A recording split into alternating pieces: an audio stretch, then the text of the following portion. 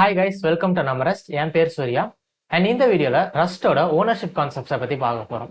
இந்த வீடியோ 2 பார்ட்டாக வரப்போகுது. ஃபர்ஸ்ட் பார்ட்டில் ஓனர்ஷிப் எதனால் கொண்டு வந்தாங்க அப்படின்றத பார்க்க போகிறோம். செகண்ட் பார்ட்டில் ஓனர்ஷிப் எப்படி ஒர்க் ஆகுது அப்படின்றத பார்க்க போகிறோம். ஸோ வீடியோக்குள்ளே போகலாம்.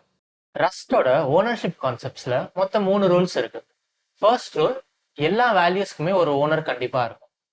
செகண்ட் ரூல், ஒரு வேல்யூக்கு ஒரு ஓனர் தான் இருக்கும்.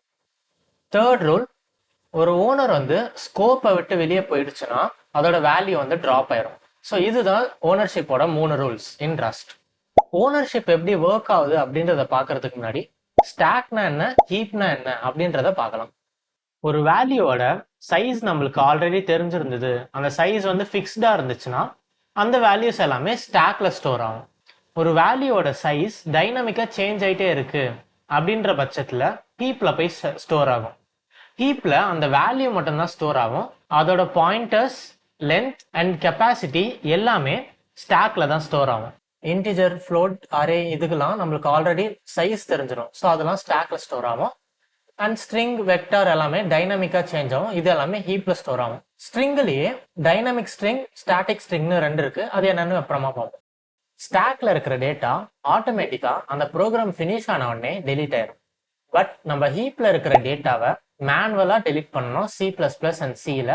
அண்ட் பைத்தன் அண்ட் ஜாவால அதுக்குன்னு தனியா கார்பேஜ் கலெக்டர்ஸ் இருக்கு.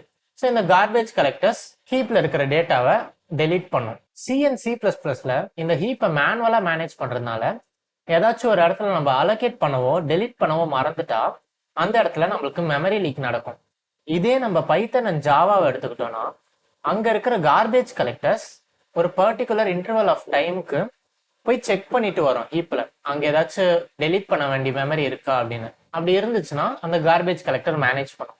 பட் இதனால நம்ம சிபியோட எஃபிஷியன்சி கம்மி ஆகுது. இது ரெண்டுத்தையுமே அவாய்ட் பண்றதுக்கு தான் ரஸ்ட் ஓனர்ஷிப் கான்செப்ட்ஸை கொண்டு வருது.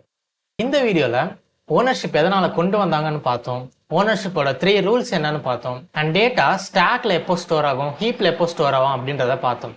ஸோ நெக்ஸ்ட் வீடியோவில் ஓனர்ஷிப் எப்படி ஆக்சுவலாக ஒர்க் ஆகுது அப்படின்றத பார்க்க போகிறோம். ஸோ இந்த வீடியோ உங்களுக்கு பிடிச்சிருந்துச்சுன்னா லைக் பண்ணுங்கள், ஷேர் பண்ணுங்கள், அண்ட் ஏதாச்சும் சஜஷன்ஸ் ஆர் ஏதாச்சும் கொஸ்டின்ஸ் இருந்துச்சுன்னா கமெண்ட் பண்ணுங்கள். தேங்க்யூ.